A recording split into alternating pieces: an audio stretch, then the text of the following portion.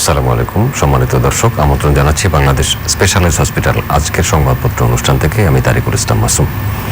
যেখান থেকে আমাদের সাথে যুক্ত হয়েছেন সবাইকে শুভেচ্ছা জানিয়ে শুরু করছি আজকের অনুষ্ঠান। আজ আমাদের সাথে স্টুডিওতে আলোচনার জন্য উপস্থিত আছেন ঢাকা শিশু হাসপাতালের এইচডিইউ এবং আইসোলেশন বিভাগের প্রধান প্রফেসর ডাক্তার রিয়াজ মোবারক। আপনাকে স্বাগত। ভালো আছেন তো?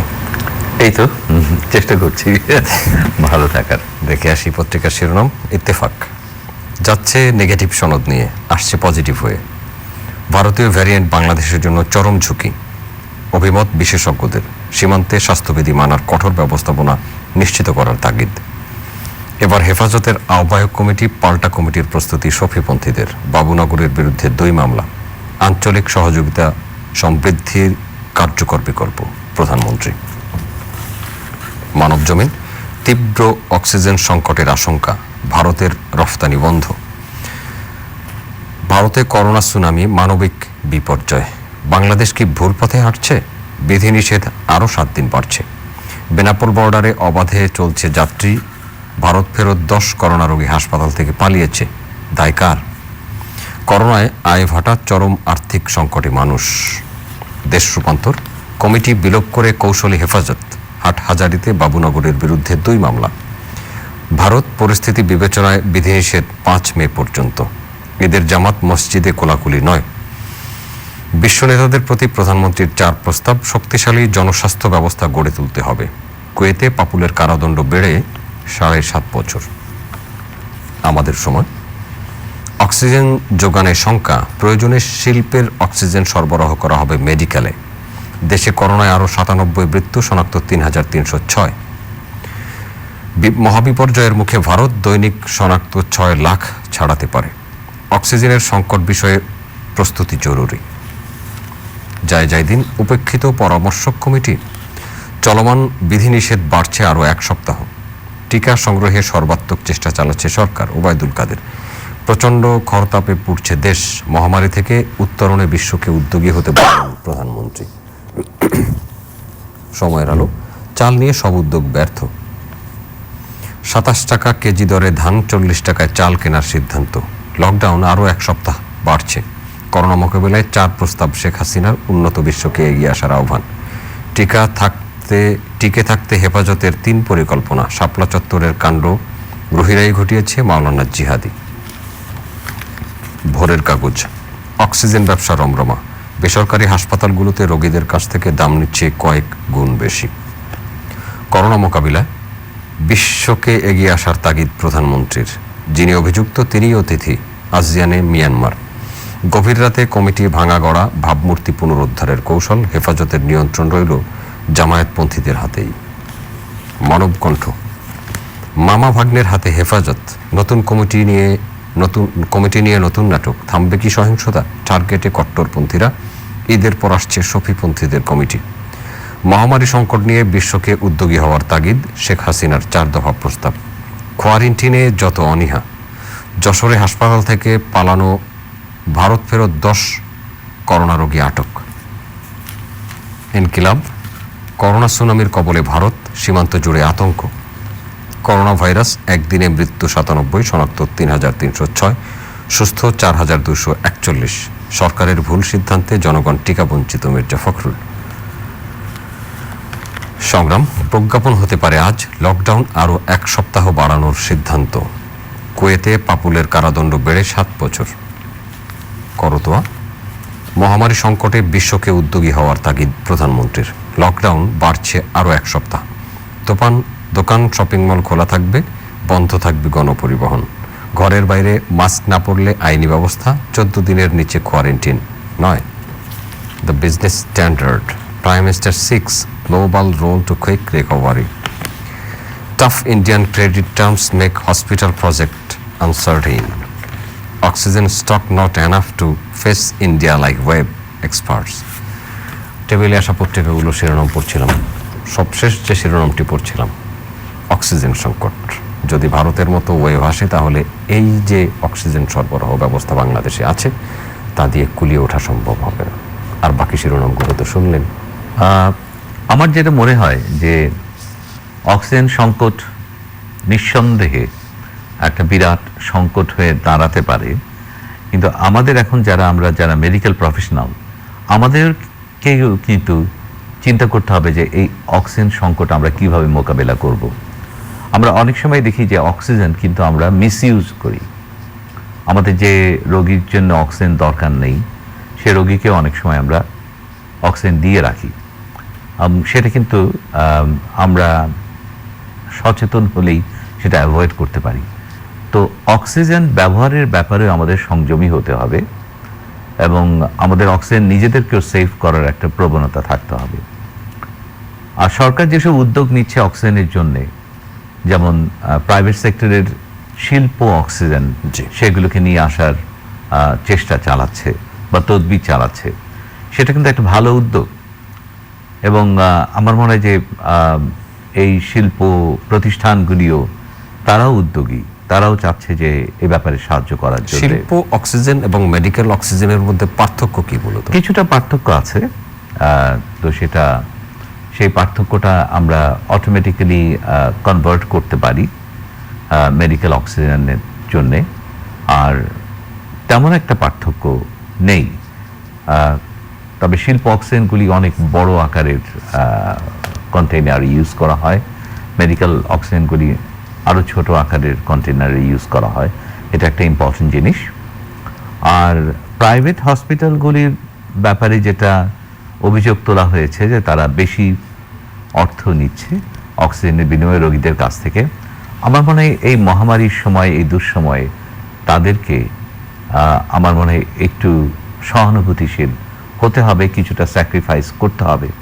এবং আমার মনে হয় সেটা ইচ্ছে করলেই প্রাইভেট হাসপাতালের কর্তৃপক্ষ এবং মালিকগণ করতে পারে, কারণ তারা তো আমাদের দেশেরই জনগণ এবং যারা রোগী তারাও আমাদের দেশের জনগণ। এবং তাদের এটা ভাবতে হবে যে তারা নিজেরাও কিন্তু এরকম একটা খারাপ সময়ের বা পরিস্থিতির মুখোমুখি হতে পারে, এবং তখন তাদের জন্যেও কি কতটা সহানুভূতি দেখাবে ডাক্তাররা, সেটা ইম্পর্টেন্ট জিনিস। তো আমার মনে হয় যে প্রাইভেট হাসপাতাল আমাদের এরা যারা চালায় তারা কিন্তু আমাদেরই লোক, আমাদের দেশেরই মানুষ।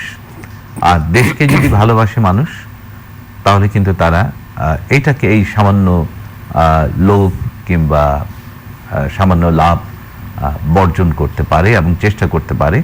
প্রাইভেট হাসপাতালগুলির যে মালিক তারা নিশ্চয়ই যথেষ্ট অর্থশালী লোক, তারা নিজেরাও চিন্তা করতে পারে যে অনেক অর্থশালী লোক কিন্তু প্রপার ট্রিটমেন্ট পেয়েও কিন্তু তারা কিন্তু বেঁচে থাকতে পারেনি, এবং এটা কিন্তু আমাদের এক্সাম্পল রয়ে গেছে। সেই দিকটা চিন্তা করে আমার মনে হয় যে তাদের যথেষ্ট সাধারণ মানুষের প্রতি সহানুভূতিশীল হতে হবে। আর ভারতকে আমরা কখনোই বলবো না যে অক্সিজেন দিলে না কেন, কারণ ভারতের অবস্থা এখন শোচনীয়। আমরা যেটা দেখেছি যে এটা একটা ভারতের এখন করোনা পরিস্থিতি, বিশেষ করে উত্তর ভারতে সুনামির সাথে তুলনা করা হচ্ছে, এবং সেটা কখনোই আমি যদি ভারতের প্রধানমন্ত্রী হতাম বা ভারতের সরকার হতাম তাহলে কখনোই আমি বাইরে অক্সিজেন কিংবা টিকা রপ্তানি করার চিন্তা ভাবনা করতাম না। সুতরাং ভারতের ডিসিশন ভারতের জন্য এটা ঠিক, কিন্তু আমাদেরকে ভাবতে হবে যে আমরা এটা কিভাবে সলভ করব। দুটো জিনিস, একটা হলো অক্সিজেনের কথা আমি একটু আগে বলেছি, সেটার জন্য সরকার চেষ্টা করছে এবং সেটার জন্য প্রাইভেট সেক্টরগুলিও এগিয়ে এসছে, এবং আমরা আরও অক্সিজেন উৎপাদন করার চেষ্টা করব। দরকার পড়লে আমরা যদি এর মাঝখানে আমরা চাই যে আগামী দিনের জন্য আমরা নতুন কোনো প্ল্যান তৈরি করব, সেটাও আমরা তৈরি করে ফেলতে পারি। এবং আগে আমরা কখনো চিন্তা করিনি যে আমাদের অক্সিজেন এতগুলি লাগবে, যে 150 টন অক্সিজেন এখন লাগছে, তার চেয়ে বেশিও লাগতে পারে প্রতিদিন। স্বাভাবিক অবস্থায় কত লাগবে? 100 টনের মতো লাগে, 90 থেকে 100 টন। তো সেটা থেকে আমরা এখন 150 টন অক্সিজেনের ডিমান্ডে চলে গেছি, একটা সময় হয়তো 200 টন অক্সিজেনের ডিমান্ডে চলে যেতে পারবো। তো আমাদের এই পরিস্থিতিতে চিন্তা করতে হবে যে আমরা আরো প্ল্যান্ট তৈরি করতে পারি কিনা। আমি টোটালি ভাবি যে আমাদের এখন চিন্তা করতে হবে স্বাস্থ্য খাতে আমরা আরো বেশি বাজেট এবং আরো বেশি মনোযোগ দিতে পারি কিনা আগামীতে। আমাদের এই যাত্রা কিন্তু আমাদের শিখিয়ে দিয়ে গেছে যে স্বাস্থ্য খাতে আমাদের অনেক বেশি মনোযোগী হতে হবে। স্বাস্থ্য খাতকে শুধুমাত্র বর্জনের খাত হিসাবে ব্যবহার না করে স্বাস্থ্য খাতের দিকে আমাদের দেখতে হবে যে একটা মানুষ যদি হেলদি থাকে তাহলে কিন্তু সে আমাদের ভালো উৎপাদন, আমাদের যেহেতু মানুষ, human resource is very important, যে আমাদের এই এত 16 কোটি মানুষ, এই যে হিউম্যান রিসোর্স, এটা কিন্তু পৃথিবীর অন্যান্য অনেক দেশেই নেই। সুস্থ 16 কোটি মানুষ যেমন সম্পদ, রুগ্ন 16 কোটি মানুষ তেমন বোঝা। এক্স্যাক্টলি, সেই জিনিসটা আমি বলতে চাচ্ছি। যেমন আপনার গার্মেন্ট ইন্ডাস্ট্রিগুলির কথা চিন্তা করে দেখেন, যদি তাদের বাচ্চারা যদি সুস্থ থাকে, তাদের মাগুলি যদি সুস্থ থাকে, তাহলে কিন্তু তারা আরো বেশি মনোযোগী হয়ে আরো বেশি উৎপাদনশীল হতে পারবে। তো সেই কারণে আমাদের এখন চিন্তা করা উচিত যে আমাদের স্বাস্থ্য খাতের প্রতি আমরা কতখানি মনোযোগ দেব আগামীতে। আর দ্বিতীয় জিনিস যেটা এখানে ডিসকাশন হয়েছে যে আমরা দ্বিতীয় ডোজ টিকা নিয়ে আমরা উদ্বিগ্ন, যে অনেকে হয়তো দ্বিতীয় ডোজ টিকা নাও পেতে পারে। সেটার আশঙ্কা আমরা শুধু ভারত নির্ভরশীল ছিলাম বলেই আমরা করছি, এবং আমরা কিন্তু ভারতের সাথে একটা চুক্তির মতোই ছিল যে তারা আমাদের টিকা দিবে, এবং সেটা তারা এখন দিচ্ছে না। সেটা তাদেরকে আমরা কিন্তু অ্যাকিউজ করতে পারি না যে আপনারা দিচ্ছেন না কেন, কারণ তাদেরই এখন প্রচুর টিকা দরকার। টিকাও তাদের যথেষ্ট পরিমাণে টিকা নেই, কারণ তাদের এখন টিকার কাঁচামাল আবার যুক্তরাষ্ট্র থেকে আনতে হবে। হ্যাঁ, যুক্তরাষ্ট্র অবশ্য বলেছে তারা দেবে। হ্যাঁ, এখন কথা হচ্ছে যে তারা যদি অনেক বেশি টিকা উৎপাদন করে, তারা হয়তো আবার এটা তাদের মত চেঞ্জ করবে। বাংলাদেশ তাদের বন্ধু রাষ্ট্র, ভারত আমাদের বন্ধু রাষ্ট্র, তারা নিশ্চয়ই দেবে। কিন্তু এর ফাঁকে আমি মনে হয় যে আমাদের সরকার চেষ্টা করছে রাশিয়া এবং চায়না থেকে টিকা আনতে। তবে আমরা যদি দ্বিতীয় ডোজ কমপ্লিট করতে না পারি, তাহলে আমাদের চায়না অথবা রাশিয়ার কাছ থেকে টিকা আনার চেষ্টা করতে হবে। এবং অন্য কোনো একটা অপশন ছিল আমাদের, আমরা অনেকদিন ভুলে গেছি যে আমাদের এখানে কিন্তু একটা কোম্পানি টিকা তৈরির একটা সম্ভাবনা দেখিয়েছিল এবং টিকা তৈরি করবে বলেছিল। তো আমরা যদি সেই ধরনের কিছু একটা করতে পারি, সেই ধরনের একটা টিকার প্ল্যান্টও যদি করতে পারি কারো সহযোগিতায় খুব দ্রুততার সাথে, কারণ এখন কিন্তু অনেক দেশই কিন্তু নতুন করে টিকা উৎপাদনের চিন্তা ভাবনা করছে। আমাদের দেশে যেই টিকাটা উৎপাদনের খবর আমরা জেনেছিলাম, তার সর্বশেষ খবর আমি যতদূর জানি বা আপনিও হয়তো তাই জানেন, ইঁদুরের উপর তাদের চালানো পরীক্ষা সফল হয়েছে, কিন্তু এরপরে হিউম্যান ট্রায়ালের আবেদন করেছেন। কিন্তু ইঁদুরের উপরে পরীক্ষার পরপরই কি হিউম্যান ট্রায়ালের আবেদন করা যায় কিনা আমি জানি না। এর মধ্যে হয়তো গিনিপিগ বা শিম্পাঞ্জি বা বানর জাতীয় কোনো কিছুর উপর প্রয়োগ করে সেটা দেখা হয়েছে কিনা আমি জানি না। এই খবর সেটা হিউম্যান ট্রায়ালের জন্য আবেদন করতে পারে। আমি আপনাকে বলি যে একটা ভালো টিকা তৈরি করতে হলে 12 থেকে 13 বছর লাগে। আপনি যদি করোনা টিকার কথা বলেন যে এই 2-3 বছরের মধ্যে যেটা তৈরি হয়েছে, এটা কিন্তু 100% রিলায়েবল আমরা মনে করব না। কারণ 12 থেকে 13 বছর যে টিকাটা উৎপাদন করতে লাগে, বিভিন্ন ট্রায়াল, এথিক্যাল ইস্যুস, এভরিথিং, সেই জিনিসটা কিন্তু আমরা এগুলি কোনো দেশই করেনি। ইভেন ফাইজারের টিকা এই সময় করেনি। এখন তারা যদি হিউম্যান ট্রায়ালের আবেদন করে থাকে ইঁদুরের ট্রায়ালের পরে, তাহলে আমি বলবো তারা ভুল করেনি। তারা দ্রুততার সাথে এই টিকাটা তৈরি করতে চাচ্ছে এবং তাদেরকে একটা সুযোগ দেওয়া উচিত। দরকার পড়লে তাদের যাচাই বাছাই করে নেওয়া উচিত, অন্য কাউকে একটা ইনভেস্টিগেশনস কমিটি দিয়ে যে তারা সত্যি সত্যি কাজটা সঠিকভাবে করছে কিনা। এবং আমার মনে হয় যে আমরা বাংলাদেশে অনেক মেধাবী লোক আছে, অনেক মেধাবী বিজ্ঞানী আছে, তারা কিন্তু এই টিকা তৈরির ব্যাপারে যথেষ্ট অবদান রাখতে পারে। আমরা এর মাঝে কিন্তু এগুলি আমরা করতে পারি। এবং বাংলাদেশে সব কিন্তু খারাপ লোক না, বাংলাদেশে অনেক ভালো লোক আছে যারা মানুষের ভালো চায়, কল্যাণ করতে চায়, যারা মানুষের কল্যাণ করতে আনন্দ পায়। তো সুতরাং তাদেরকে কিন্তু আমরা এইসব ব্যাপারে কিন্তু ইনভলভ করতে পারি। এখন আমাদের অনেক বিষয়ই কিন্তু আমরা স্বয়ংসম্পূর্ণ হতে যাচ্ছি, আমরা মধ্য আয়ের দিকে চলে যাচ্ছি, আমরা পদ্মা সেতু, তারপর আপনার মেট্রো রেল, সবকিছু কিন্তু দ্রুততার সাথে এগিয়ে যাচ্ছি। কিন্তু আমরা স্বাস্থ্য খাতে বা স্বাস্থ্যের ব্যাপারে আমরা কিন্তু এই টিকা উৎপাদন থেকে আরম্ভ করে বা এই করোনা চিকিৎসার মতো জটিল চিকিৎসা, যেটা নতুন চিকিৎসা, এই ট্রিটমেন্টগুলি আরো ভালো, আরো আধুনিক, আরো দ্রুততার সাথে করার জন্য আমরা কিন্তু স্বয়ংসম্পূর্ণ হওয়ার চেষ্টা করতে পারি। যেমন অক্সিজেন একটা স্বয়ংসম্পূর্ণ হওয়ার একটা Option এসেছে সামনে। একটা অপশন হিসেবে আছে। তো সুতরাং আমরা যদি অক্সিজেন প্ল্যান্ট আরো তৈরি করি, খুব কুইক যদি আমরা এর মধ্যে তৈরি করে ফেলি, সরকার এবং বেসরকার যেভাবেই হোক, তাহলে কিন্তু আমাদের স্বয়ংসম্পূর্ণ স্বাস্থ্য চিকিৎসা খাতে বা চিকিৎসার ব্যাপারে আমরা কিন্তু স্বয়ংসম্পূর্ণ হতে যাচ্ছি। এটা ইম্পর্টেন্ট জিনিস। প্লাস আমাদের এখনকার যে যারা চিকিৎসক আছে, নবীন চিকিৎসক যারা আছে, তারা অনেকেই কিন্তু এই করোনার হোঁচটে অনেক করোনার চিকিৎসা শিখে ফেলেছে। আমরা যারা পিডিয়াট্রিশিয়ান, আমরা এখন বড়দের করোনা চিকিৎসাও আমরা জানি, কারণ আমরা অনেক বেশি করোনা নিয়ে পড়াশোনা করতে হয়েছে। আমাদের দরকার হলে আমাদের ডিপার্টমেন্ট বাদ দিয়ে আমাদের যে কোনো করোনার চিকিৎসায় আমাদের এগিয়ে যেতে হবে। যদি একটা পিডিয়াট্রিশিয়ান, একজন অ্যানাস্থেটিস্ট, ইন্টেন্সিভ কেয়ার স্পেশালিস্ট নাও হয়, সেও কিন্তু এই জিনিসগুলিতে কিছু ট্রেনিং নিয়ে এই চিকিৎসায় এগিয়ে যেতে পারে। এবং আমি আগে বলেছি যে আমাদের বড় সড়ো হাসপাতালে যে বেড নেই, আইসিইউ নেই, সেগুলি সরকার অবশ্য চেষ্টা করছে। তো সেগুলোকে আরও বেশি আমরা প্রসারিত করতে পারি। আমরা যেমন ফিল্ডে, স্টেডিয়ামে, যে কোনো জায়গায় আমরা সেগুলিকে প্ল্যান করে রাখতে যদি পারি প্রয়োজন হয়। যদি আমাদের আগামীতে প্রয়োজন হয়। এটা কিন্তু আমি প্রথমবারের বেলায় বলেছিলাম, অনেক আগে, আমার মনে হয় আজ থেকে প্রায় 7-8 মাস আগে আমি একই কথা বলেছিলাম, যে আমাদের যদি এমন পরিস্থিতি হয় যে আমাদের এই ইন্ডিয়ার মতো, ইন্ডিয়া কিন্তু চারিদিকে আমাদের বেষ্টিত, যেটা ভয় পাচ্ছে মানুষ, জি। আশঙ্কায় পড়েছে, এবং ইন্ডিয়ান স্ট্রেইনটাকে বলছে যে অনেক বেশি মিউটেটেড হয়ে, মানে অনেক বেশি পরিবর্তন হয়ে একটা খুব জটিল স্ট্রেইন এসছে, এবং এটা খুব মারাত্মক স্ট্রেইন। তো যেহেতু আমরা চারিদিক দিয়ে ইন্ডিয়া, আমাদের এখানে যে আসবে না, এটা কিন্তু গ্যারান্টি আমরা দিতে পারি না। এবং আমাদের যশোরে একটা ঘটনা এসেছে, শুনেছেন, ভারত থেকে যারা এসেছেন তাদের পরীক্ষা করা হয়েছে বেনাপোলে, এবং তার মধ্যে 10 জন করোনা শনাক্ত হয়েছেন। তাদেরকে যশোর হাসপাতালে ভর্তি করা হয়েছে, কিন্তু তারা সেখান থেকে চলে গেছেন। তাদেরকে আবার ধরে নিয়ে আসা হয়েছে।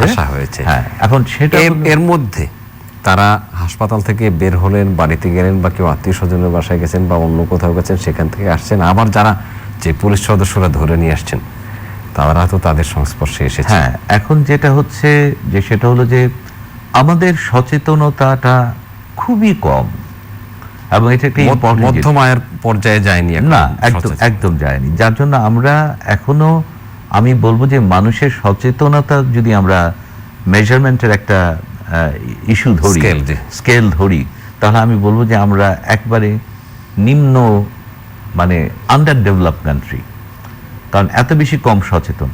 আমরা কিন্তু মানুষকে অ্যাকিউজ করতে পারি যে আমাদের সরকার এটা করছে না কেন, বা এরা বড় লোকরা এগুলি করছে না কেন, কিন্তু আমরা কতখানি সচেতন সেটা আমরা কিন্তু একবারও, এই লোকগুলি কিন্তু একেবারে ইরেসপন্সিবল লোক, এবং আমার মনে হয় যে তাদেরকে সবাইকে কোয়ারেন্টাইন করা উচিত, এবং আনফর্চুনেটলি যারা পুলিশ সদস্য তাদেরকেও কোয়ারেন্টাইন করা উচিত।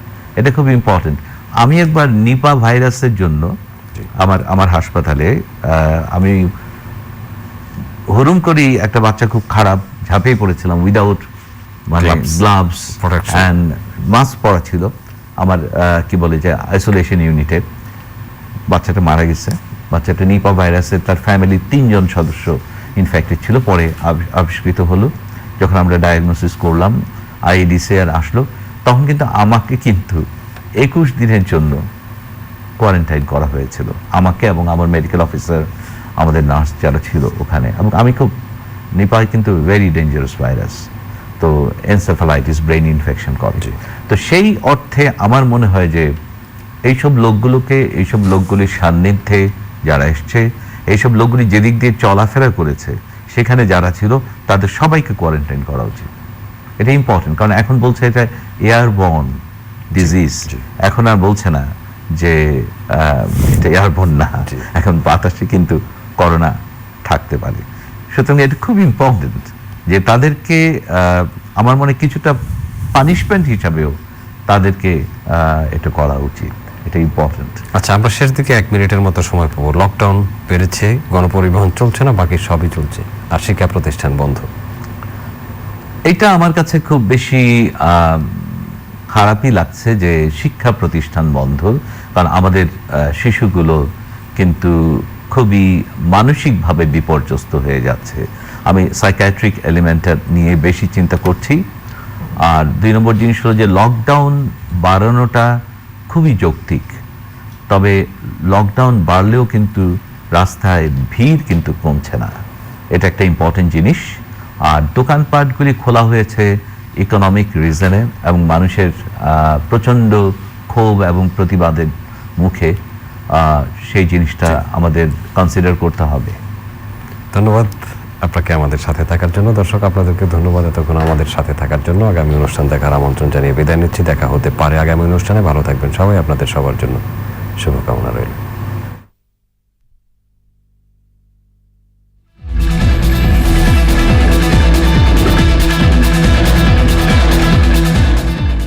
জীবনের সুস্থতার আকাঙ্ক্ষায় বাংলাদেশ স্পেশালাইজড হসপিটালে অত্যাধুনিক যন্ত্রপাতি ও দক্ষ চিকিৎসকদের সমন্বয়ে পরিচালিত কার্ডিয়াক, নিউরো, ইন্টেন্সিভ ও neonatal care unit, dialysis, day care, chemotherapy, এছাড়াও যুগোপযোগী মডিউলার অপারেশন থিয়েটার ও জীবাণুমুক্তকরণে আধুনিক CSSD, নির্ভুল রোগ নির্ণয়ে রয়েছে স্বয়ংসম্পূর্ণ ল্যাবরেটরি মেডিসিন ও রেডিওলজি ইমেজিং বিভাগ। বাংলাদেশ স্পেশালাইজড হসপিটাল, যে সেবা ছাড়িয়ে যায় স্বাস্থ্য সেবাকে। পরিপূর্ণ স্বাস্থ্যসেবা নিশ্চিত করার লক্ষ্যে বাংলাদেশ স্পেশালাইজড হসপিটালে রয়েছে স্বয়ংসম্পূর্ণ কার্ডিয়াক কেয়ার সেন্টার, গ্যাস্ট্রোএন্টারোলজি ও হেপাটোবিলিয়ারি প্যানক্রিয়াটিক সেন্টার, কিডনি ও ইউরোলজি সেন্টার, নবজাতক ও শিশু রোগ সেন্টার, স্ট্রোক ও neuro centre, cancer care centre, orthopaedic, arthroscopy ও joint replacement centre. Bangladesh specialised hospital, যে সেবা ছাড়িয়ে যায় স্বাস্থ্য সেবাকে।